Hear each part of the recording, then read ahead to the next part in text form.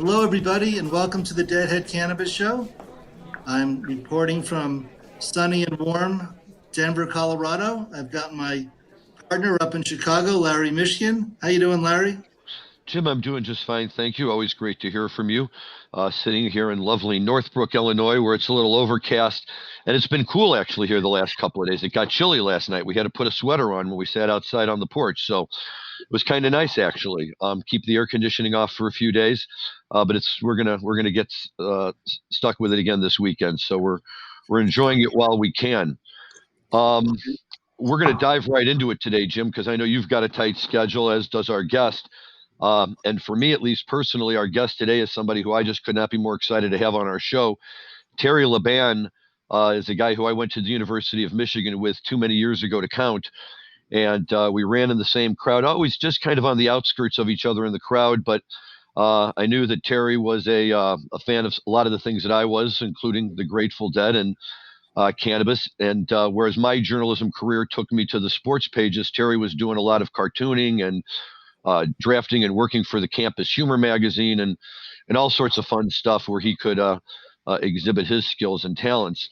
After we graduated from college, Terry kind of morphed into a full-time cartoonist, which he can tell us a little bit more about, and hopefully he will tell us about his days doing some work for Grateful Dead comics and stories that I think involved some of the same guys I used to hang out with. As life would have it, Terry and I wound up living about 2 blocks away from each other in Chicago in the 1990s, and we each have a son who are the same age, and we're going to school together for a while. So it gave us a chance to really reconnect and spend some more time together. And then Terry often went to Philadelphia. So that's where he'll be, I assume, talking from us today. He's had a very successful career as a cartoonist, including his daily cartoon strip, Edge City, which I think just recently stopped running. Terry, welcome to the show. Great to have you. Thank you. It's great to be here. Nice to see you again. It's been a while. It has been a while, but you know that these are the kind of things that bring people back together. So it's I lived long enough to see it, so that's a good thing. Well, that's exactly what Jim and I say all the time. You know, that who knew 30 years ago that we'd have a podcast sitting around talking about marijuana and the Grateful Dead, and people would be interested in listening. But here we are. So boy, I don't even know where to begin. Well. Cartooning. What do you want to hear about first? let's talk about cartooning. You know, I mean, while everybody's off in college, kind of going off in serious directions, you're trying.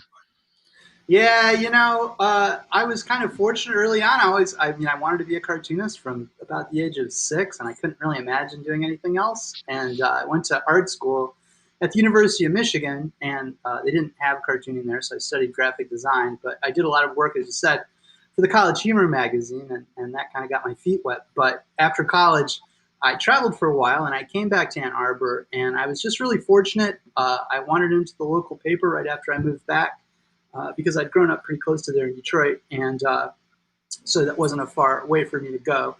And I was showing them some illustration work, trying to get some freelance stuff, and they said, oh, well, we buy local political cartoons, and we'll pay you $40 a pop or whatever. So I ran home and I drew some stuff up, read the paper, saw what was going on, drew some stuff up, and they bought them. Before long, I was actually able to make a living doing that and other kinds of cartoony type things. So I really didn't have to have another job in my life, and that was really fortunate for me in a way, I guess. I mean, I wasn't making a lot of money, but I could live. And if you're ever able to make a living doing what you want to do, then you're never going to want to do anything else. And that's kind of how it happened. So, but shortly after that, I got involved. I really wanted to do comics, so I got involved in the underground, or well, they weren't underground, the alternative cartoonist scene that was really kind of taking off back then. It was really based in Seattle around a company called Fantagraphics, and I ended up creating a couple series for Fantagraphics books, Unsupervised Existence and Cud. And through that, I got involved in the comics industry, did a lot of writing for DC Comics, did another series called Cud Comics for another company called Dark Horse Comics. And so that was my life for about 10 or 15 years before I started to do the comic strip. That was a pretty exciting time. I wanted to be an underground cartoonist. That was really my inspiration, but there weren't underground cartoonists by the time I got to it. So it was this whole new thing, and that led me in some interesting and unexpected directions. But during that time, in the mid 1990s, I got to know Dennis Kitchen, who's the publisher of a company called Kitchen Sink Comics, which was a pretty well-known underground outfit. It's a little bit of a latecomer to the underground scene. Started in the early 70s to mid 70s. Published a lot of the well-known sort of second string people, and also some anthologies like Death Rattle and stuff that really you'd have to be a pretty underground comics geek to know about it. But it was a pretty big company. And I heard somehow, so I got to know him. I actually went up to his place in Wisconsin at one point with a bunch of other cartoonists. That was really interesting and fun. But I heard sometime, it must have been around like 1992, 1993, that he had a deal to do Grateful Dead comics. And I really liked the Grateful Dead. And I had no idea what this thing was. But I saw him at a convention around that time. And I went up to him and I said, "Hey, Dennis, I heard you're doing Grateful Dead comics. I really like the Grateful Dead. And I'd love to do some comics about going to the Grateful Dead." And he was receptive to the idea. And he checked with his people or whoever, and they approved it. And I ended up doing probably 4 or 5 of them for the various issues. But the funny thing was that it turned out that the comic series was actually, I was the only one that was doing stuff like that. The comic series was actually pretty much people illustrating Grateful Dead song lyrics. So I was the only one doing these kind of stories about going to concerts, which was really, it was kind of interesting for me, and it was a really cool gig. And from time to time, I will meet people who say, they saw my work in Grateful Dead comics. So that's my touch of sort of being actually involved with the Grateful Dead. And I was in the first issue too. So when they did a collection, my very first story was in there. So that's how that happened. And it was fun because I could put, I put people that we both know in the comics because they were based on going to concerts with those people. Although most of the stories after the first one were pretty much fictional. How long did Grateful Dead comics run? It probably wasn't more than a couple of years. I don't think it went more than 5 or 6 issues. Was it officially authorized by the band?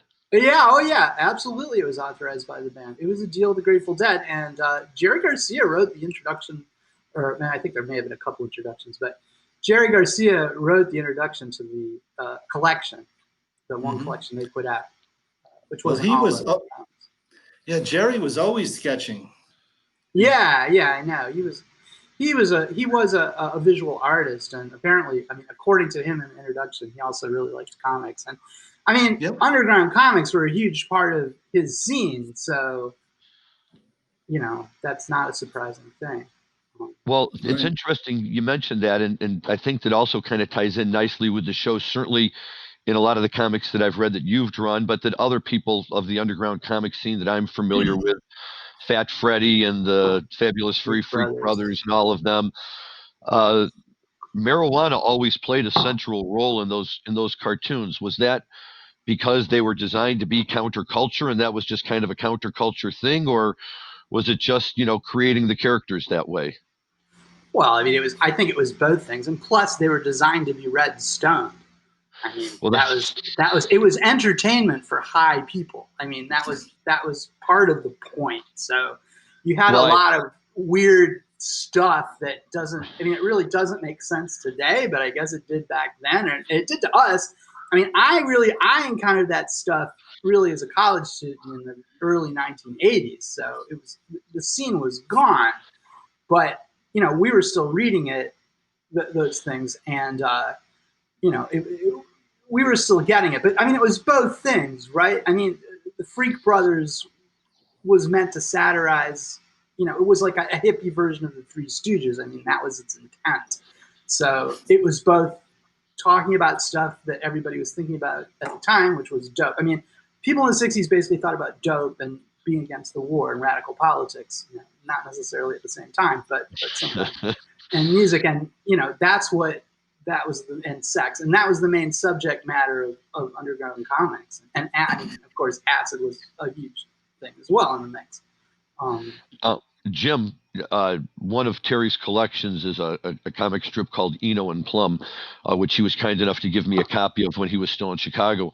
And tying into what he just said, one of the classic all-time lines by an author writing an introduction to his book is, after giving this whole description of who the main characters are and what they're all about and everything else, the very end it says, and I'm not going to quote it correctly, but something along the lines of, yeah, and one other thing, it helps a lot if you're stoned and sitting in a barber's chair.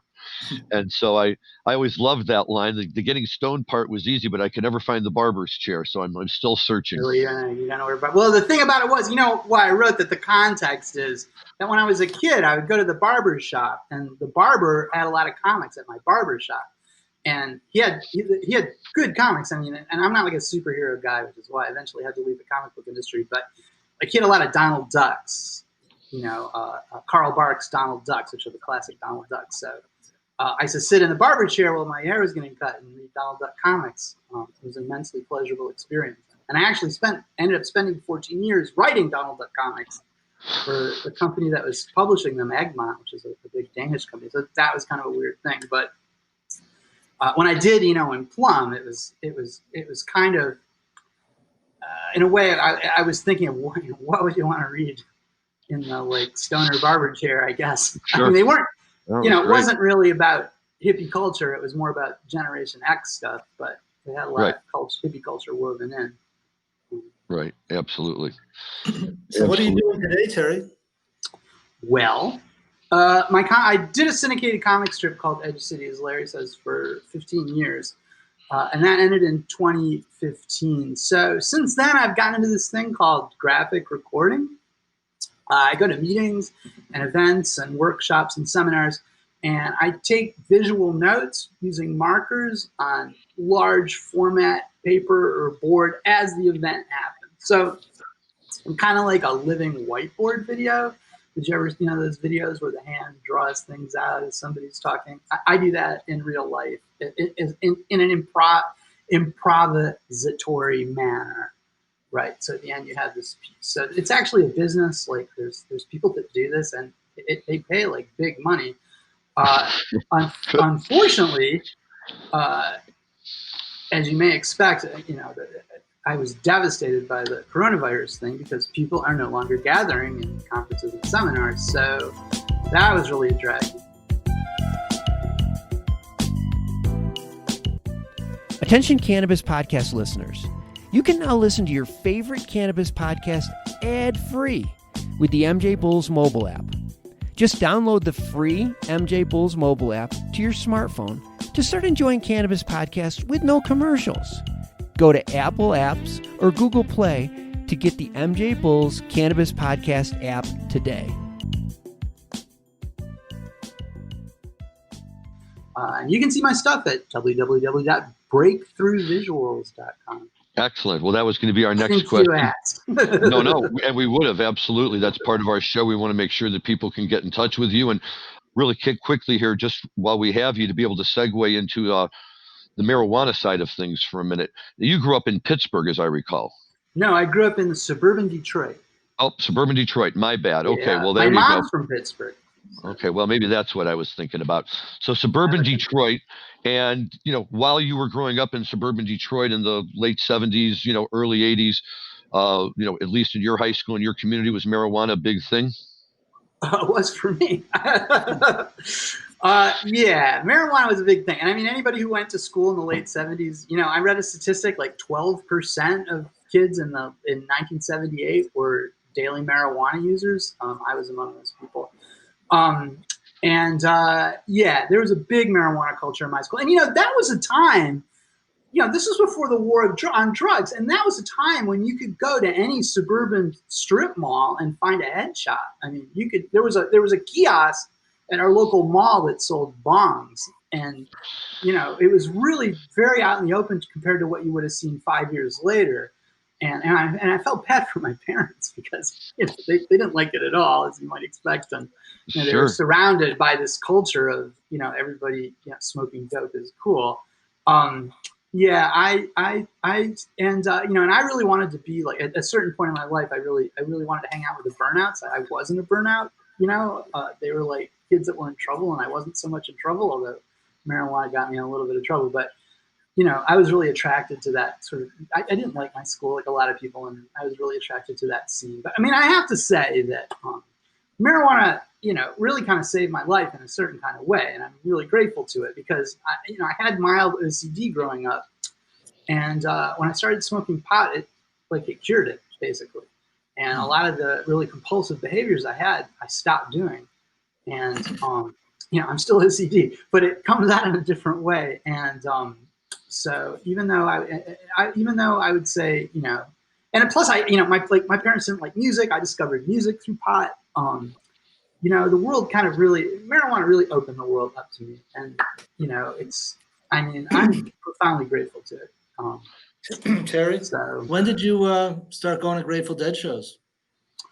My first Grateful Dead show is in Ann Arbor in 1979. And, in Detroit, growing up in suburban Detroit, we didn't listen to the Grateful Dead. Like, it wasn't part of our Detroit youth culture at all. Like, people listened to Led Zeppelin, Deep Purple, all those 60s bands. Rainbow Band was kind of big when I was growing up. That kind of thing. Ted Nugent was huge in Detroit. And I was really interested in 60s culture. So I would read about, I was really interested in psychedelic music. Like, what is it, and wanting to hear these bands. And at that time, it was very difficult to hear them because they weren't largely playing the stuff on the radio. You had to be a record collector, and you couldn't go on the internet and find this stuff. So I read about the Grateful Dead, like the quintessential acid rock band, right? Like, who are these people? All they would play on the radio is Truckin' and sometimes Casey Jones. And I was like, okay, but that can't be the whole story. And I went out and I bought their best of, the best of the Grateful Dead on cassette. And I played it, and it was like folk songs or something. It was like, Mexicali blues, like the studio version. And I was like, this is acid rock? I mean, I thought it was going to be like Jimi Hendrix, like a 20-minute Jimi Hendrix jam. Like, what is this stuff? Like, this does not sound psychedelic to me. So it took me, like, when I got to college, I met people who kind of introduced me to the Grateful Dead, and I started, and I took more esoteric drugs and started listening to that music. And, I remember listening to Anthem of the Sun for the first time, and I was just like, oh, okay. Now I get it. And Live Dead, I was like, oh, yeah, all right, yeah, awesome. And I don't remember if I heard those things first before I went to the concert, but I remember, I went with Jimmy, and I went with Jimmy Marks, our mutual friend. And it's the Grateful Dead's coming to Ann Arbor in the fall of 1979. I was like, oh, let's check it out. So I went with those guys, Steve Stefan, I went with them, all those guys. We went to this concert, and, I was on some substances, and wow, it was just like, oh my God, like, I realized, like, A, like, okay, this is like what psychedelic music is, and B, like, I really like to dance for like 5 hours, like stoned out of my mind. Like, this is really fun. So after that, then I started to really like the Grateful Dead. I wouldn't call myself a Deadhead, like, I hung out with a lot of people that really love the Dead. We would go on, like, they would organize trips on spring break to go wherever the Dead was playing. So I'd always, do you want to come? Yeah, I'll come, and I'd see like 3 or 4 shows, and that was really fun. But, I've always listened to, I'm kind of a musical archaeologist, and, I listen to, nowadays I like obsessively like download, old psychedelic stuff and kraut rock and prog rock, on the internet and whatnot. But that's how I found the Grateful Dead. So very good. What's funny about that story, Jim, is 1979. I was still a senior in high school, but a lot of the people that Terry just started naming, guys were who I hung out with throughout my college career and went to a lot of Grateful Dead shows with. And for like all of these guys, except for Jimmy Marks and Steve Stefano, that was their first Dead show. So there's this whole group of guys who saw the Grateful Dead for the first time on campus in Ann Arbor in 1979. And then my luck, I show up in 1980 and the Dead didn't play there again until 1989. It was 10 years. Right. And they showed up, and it was funny because they showed up 2 days after Michigan won the national championship, and all the students had rioted and tore stuff down. And that's right. Like, right. Everyone was like, this isn't the Dead. This isn't the Dead. You know, it's not. That's right. So, that is right. 1979 was also my inaugural year for the Grateful Dead. So I saw one of the last Keith and Donna shows in January of 79 in Springfield, Massachusetts, with my girlfriend at the time, now wife of 40-some years, and Brian, who's still a great friend of mine. And then 5 months later, they played at the UMass football stadium, and it was one of the first Brett Midland shows. So 1979 was my first year as well, and I was a senior.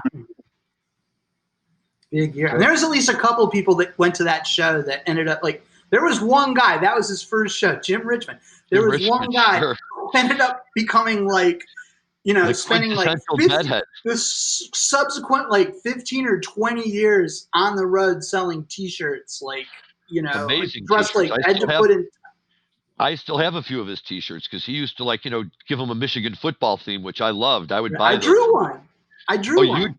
Oh, that's so funny. He had you drawn them too. That's great. So yeah, these are great people names I haven't heard for a while, but right. I know. It was such a launch pad for so many people. And that was his first show. I was like, right. I thought he was born in like tie-dye, like, you know. Right. Right.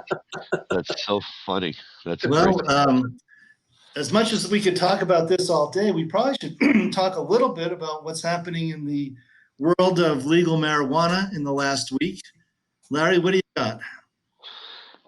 Unfortunately, I got a whole lot of nothing here in Illinois. We're still sitting, you know, in typical frustrating fashion, Terry, just to bring you up to speed on this in 30 seconds or less. Illinois went to adult use this year on January 1st. And the only people who are operating adult use dispensaries and cultivation centers right now are the people that previously had medical marijuana licenses to do so. Mm-hmm. And the idea is now to bring more people in to keep up with the demand and give everybody else a chance. And so we had all these people who prepared applications for dispensaries that were all due on January 1st to announce the winners on April 1st. And then we had another whole group for cultivation that was all due on April 30th to be announced on July 1st. And they still haven't announced the dispensary winners from April 1st. So everybody in Illinois is up in arms because people spend ungodly amounts of money and time putting these applications together, and the state's not making an announcement, and it's creating all sorts of problems if they try to read property and things like that. And each week we sit here and keep hoping that there's going to be positive news.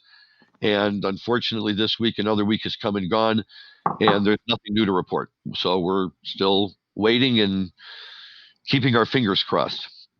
Well, it is a shame because, you know, like Hoban Law, Bridge West has cannabis clients all over the country. In spite of, or maybe because of COVID, we're seeing record sales in states from, you know, the East Coast to Hawaii, basically, and everywhere in between. So that's a real shame about Illinois because they're throwing away money hand over fist. Well, they are, because they still break sales records month after month, but the sales records that they're creating are still limited because the supply is limited and the number of dispensaries is limited. So that, unfortunately, you know, has combined to really kind of take the wind out of the sails here. Everybody was a little surprised because this new governor came in and he was so gung-ho about everything. And now it's all being held up. And of course, that just starts the rumor mill floating around, and everybody's got all sorts of crazy ideas as to what's going on. Bribes being paid, or, you know, this is Illinois, so anything is possible. But, you know, we'll see, because you're right. It's crazy for them not to be able to expand and take advantage of this market and what's going on. Terry, the joke that we always have now is a year ago, nobody would have believed you if you told them that, you know, a year out. So today it would be easier to buy marijuana than toilet paper. But if you live in the right state, it's very true. Here in Illinois, it's an essential item. So, that was the good news. The governor made sure that the dispensaries can stay open and people can still get what they want or what they need. But we just can't get beyond that to get more of them open. So, we'll see what happens with that. What about you, Jim? What's new? Anything interesting that you're hearing about? Yeah, well, very busy. Getting phone calls from Oklahoma and Arkansas, studying the ballot initiatives for November. You got ballot initiatives in Alabama and Mississippi for medical marijuana. So truly is a national trend. I really think we'll catch up with beer and be $100 billion industry in a few years is my prediction. 100 billion legal or 100 billion total? Well, it's already 100 billion. Okay, fine. Fair enough. That's true. So yeah, I think we'll see the legal markets approaching beer sales. That's, and beer sales, I believe, are 110 billion a year. Just get enough states online and it'll happen. There's marijuana smokers out there waiting to be tapped into. Yeah, and I work with a lot of cultivators on their business plans, and they're all concerned about how much should I grow and what can I sell it for. And I said, look, if you grow it, you can sell it. Pretty much. The only variation is the variable is the price. Right. Wholesale prices in Colorado go from roughly 1,000 to 2,000 year over year. So a year ago, 2019, 1,000 a pound at wholesale, 2,000 a pound, or even higher for top shelf. Yeah, and we're still getting kind of a shakeout of what the prices are going to be like here. I noticed that some of the medical dispensaries all of a sudden jacked up their price a little bit because the dirty secret is in a state that has medical and adult use. The adult use, the state tax on a huge excise tax to make all their money. But if you're a medical patient, you're usually excused from having to pay the excise tax. So as soon as they announce adult use, everybody runs to get their medical cards to avoid it. So now what I'm seeing the dispensaries doing on the medical side is jacking up the price a little bit because they figure we're still going to come in under the adult use. So, maybe, and it's all of a sudden a gram of extract starts costing, $70, $75, and that's just too much. But, the market's going to have to play itself out. And, we'll see. And I don't know about you, Terry, how much, you get into that these days. But to me, that's the funnest part about it, because for years, marijuana just meant taking some marijuana, rolling a joint, or filling up a bong and taking a hit. And now it means vapes and edibles and tinctures and these extracts, which are like, hashish, but actual resin that they take right off the plant and concentrate to what, Jim, like 85% THC on some of this stuff. Yeah, very strong. That the kids dab. I don't know if you're familiar with dabbing or not, but I don't know what the kids do. Dabbing is when they take a, and I'm not saying this I know anything about because of my kids. I'm just saying the kids. Speaking generally, although their mother might disagree. But you take something that basically looks like a bong, you fill it up with a little bit of water, but now you take a blowtorch, a butane torch, and you light the bowl so it gets red hot. Then you take a dab of this extract, which is kind of gooey stuff, and you stick it in there, and it instantly vaporizes. And then you pull the hit right through.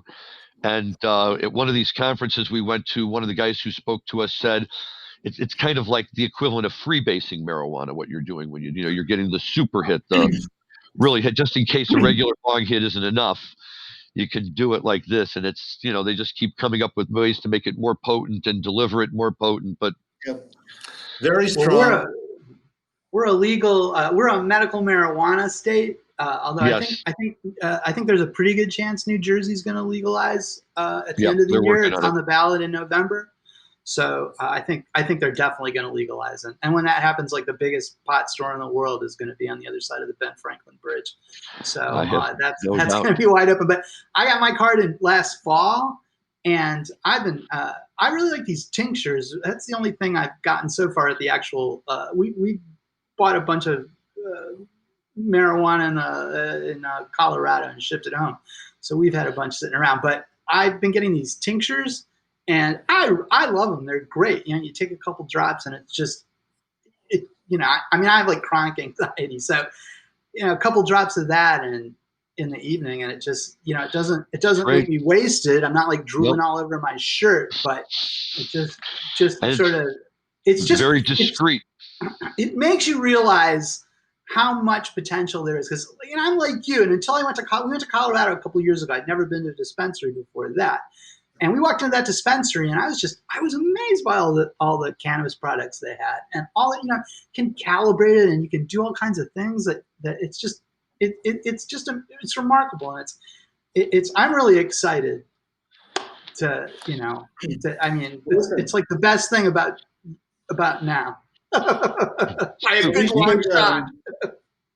We should wrap this up by talking a little bit about the days between. The day between Jerry Garcia's birth and his passing. Do you listen to the Grateful Dead station at all, Terry, the XM station? I don't, but I do have re-listen on my phone. Re-listen. Well, this is the XM radio stations, which has now become pretty much my default radio station in the car. But somewhere along the way, he was born on August 1st. He died on August 9th. Garcia. So they created this holiday which ties into his song. It kind of gives that song of his a little new life and everything. And so they've kind of turned it into a mini Jerry holiday, and they do a lot of stuff honoring him and everything. And Jim, you had a story you wanted to tell us about that though, didn't you? Well, I listened to John Mayer talk about chord changes. Dick's Picks 1, Miami, Florida, 1973. Comes a Time. Was it? Or Here Comes Sunshine. Here Comes Sunshine. Either one. Yep. Those are both great. Really doing a deep dive into the chord changes and the back and forth between Jerry and Bob on that particular song. So I am enjoying listening to John Mayer's take, since he's obviously does a lot of studying of Jerry and the Grateful Dead for his gig with Dead and Company. But yeah, I'm enjoying the days between and listening to a lot of Jerry Garcia's solo stuff. He would have been 78 years old. I wonder if he would have made it. I'm sorry? It's remarkable how young he was when he died. I mean, he looked 10 years older, but I mean, we're older than him now, but it's crazy. I know, like a lot older. and Phil is 80 and he's still playing. I know. Jerry was 53 when he died. Right. Yep. Who'd win a boxing match, Phil or Mick Jagger? I'd put my money on Mick, but I don't know. He probably works out more. So I was going to say, right, he's an animal, that guy. He moves around like nobody's business. They're going to all just last forever. And, can we all just, again, take note of the fact that Keith Richards is not only still alive, but like a functioning human being, which is just, How is it that the only fully intact living 60s band is the Rolling Stones?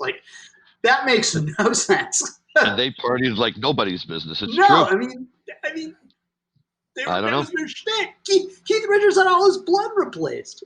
Right. And that's true. Crazy. Anyway, well, gentlemen, I think we're coming to the end of our time slot. It's been a great conversation. It really has. Terry, thank you so much for joining us today. Thanks it's always great to catch up. Absolutely. Nice to see you. As I say, do me one favor one more time before we get off. Give the email address, the webpage address again. www.breakthroughvisuals.com. Spelled just the way it sounds. Okay. Good. And for everybody who's listening and for all of Terry's friends out there, please encourage them to tune in and listen to our show. I will. Yeah. The more listeners, the better. We can, get back on and tell all those great stories about all these guys. But it's more fun if they're listening while we're telling them. Absolutely. Very good. Okay. Well, I'm going to sign off from Denver, Colorado. Larry, you want to take us home? I will, Jim. Thanks. Appreciate it. And I'll talk to you next week. Again, everybody, thanks for listening today. Our guest was Terry LaBan, world famous Deadhead cartoonist, at least, as far as we're concerned. Terry, thank you again for being on the show. Great to have you and be able to touch base with you again. And for all the listeners, stay healthy, stay safe. We'll talk to you next week. Thank you. Bye-bye. All right. Thanks so much. Bye-bye.